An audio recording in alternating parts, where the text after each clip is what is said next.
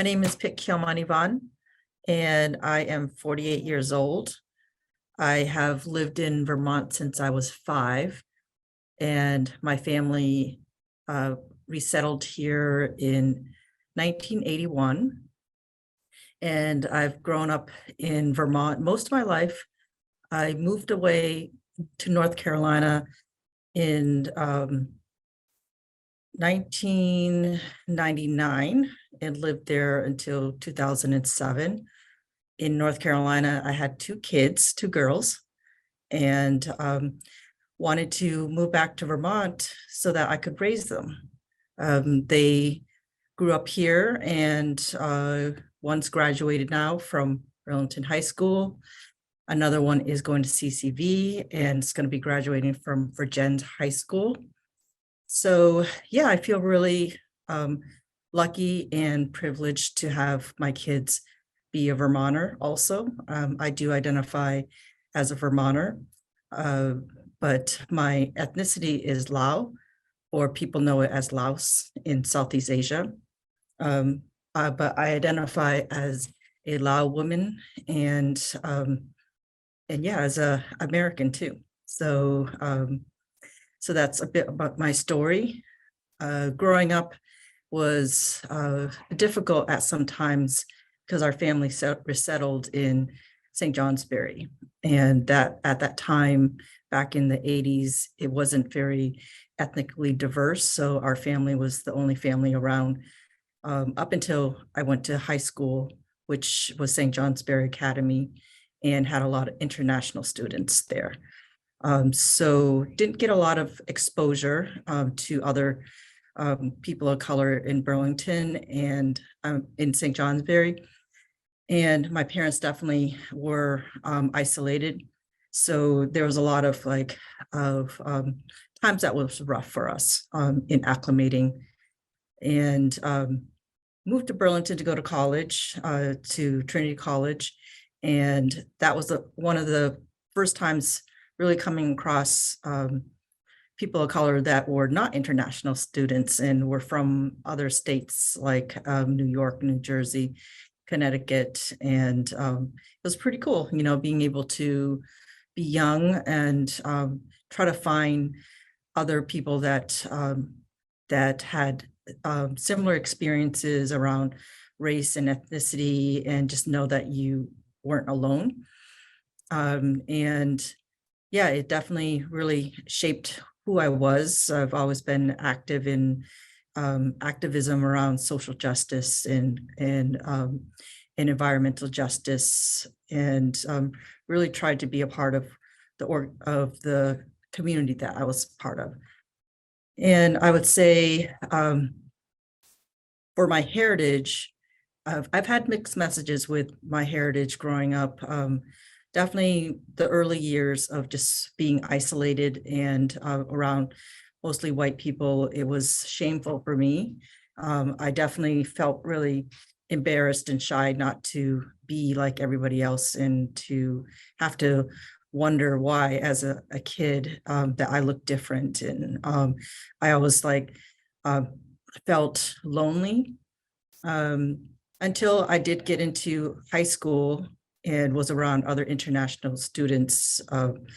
And that really helped empower me to know that I wasn't alone, and that I had the majority of experiences around the world are from people of color. So it really helped me find out who I was, to be more active and to have more confidence.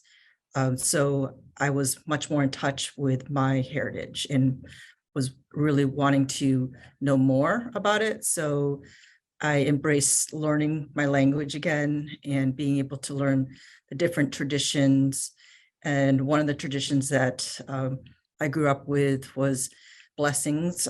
It's called Pukan, and where you would have monks or those who are ordained from the temple come and bless your house with water and fragrance and meditation, chanting, and they would tie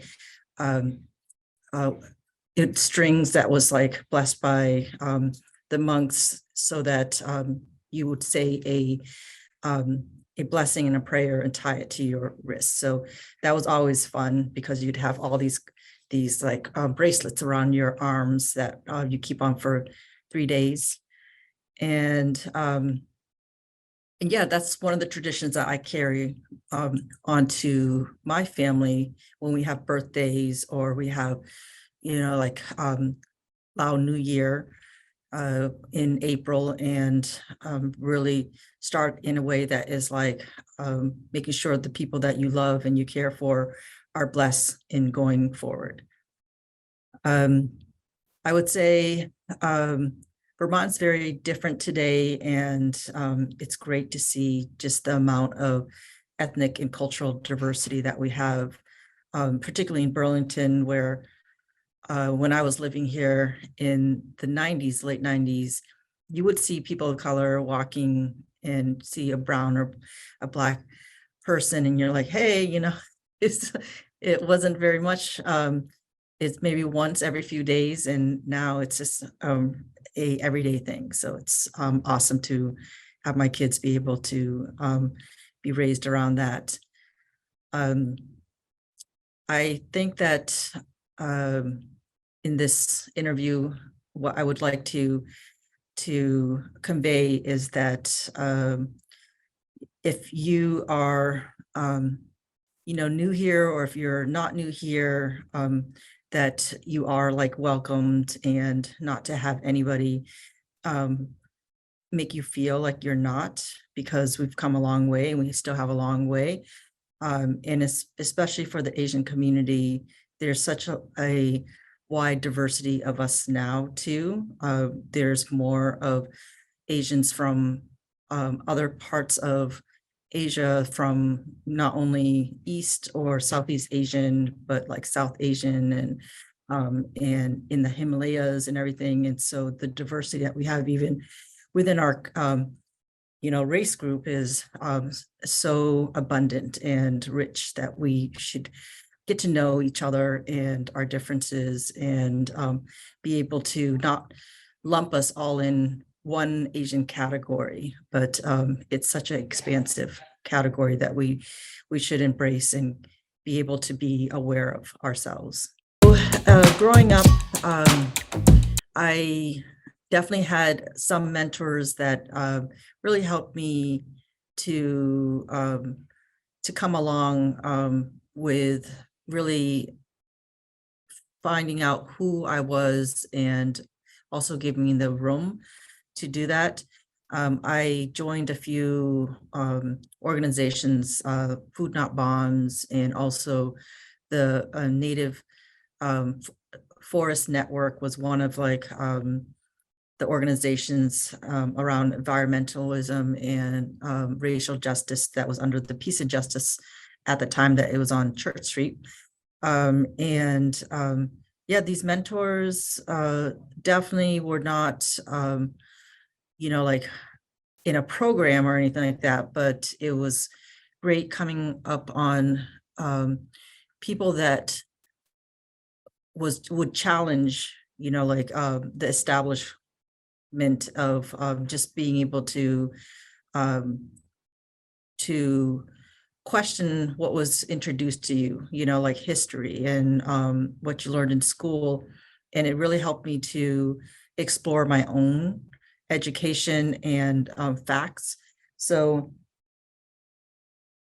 some of the books that really inspired me when I was like reading it was the People's History of the United States was a really good book. Lies My Teachers Told Me, and Dragon Women was another book, and also another book that I really enjoyed was The Spirit Catches You and You Fall Down. So those are books that really question how things are being done, and shared people's stories. For example, The Spirit Catches You and You Fall Down is a book about a Hmong family that is from Laos, and the daughter has a condition where she has epilepsy. And so it is a clash between their cultural practices on taking care of their daughter and how to infuse like spiritual practices, which is different from the Western medicine, and what they felt like they had to do to help with her conditions.